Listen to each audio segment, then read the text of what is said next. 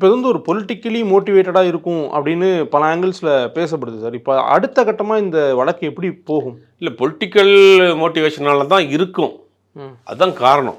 ஏன்னா நீங்கள் 2 வருடம் கடுத்து இப்போ பேச வேண்டிய அவசியம் இல்லை. இப்போ அவருக்கு திருமணம் பண்ண போகிறாங்கன்னு ஒரு ஃபிக்ஸ் பண்ண பிறகு தான் நீங்கள் அதை கையில் எடுக்கிறீங்க. அப்போ இந்த பெண்ணுக்கு பின்னாடி யார் இருக்கா, யார் இவங்களை வந்து பேக்கப் பண்ணுறா அப்படிங்கிறதெல்லாம் வரக்கூடிய காலங்களில் தெரியும். இப்போ என்னென்னா, தொடர்ந்து இந்த மாதிரியான வேலையில் செய்கிறப்ப அவர் மனசு உடைஞ்சு போயிடுவார், முடங்கி போயிடுவாப்புல அப்படின்னு நினைக்கிறாங்க. இப்போ இது அடுத்த கட்டமாக இது எப்படி போகும் அப்படின்னா, இவர் நேராக நாளைக்கோ நாளைக்கோ ஸ்டேஷனில் போய் ஆஜராக போகிறாரு. அவர் போன பிறகு தான் அங்கே நடக்கக்கூடிய சம்பவங்களை வைத்து 2 தரப்புலையும் விசாரிப்பாங்க. இவர் தரப்பு ஆதாரங்களையும் கொடுப்பார்.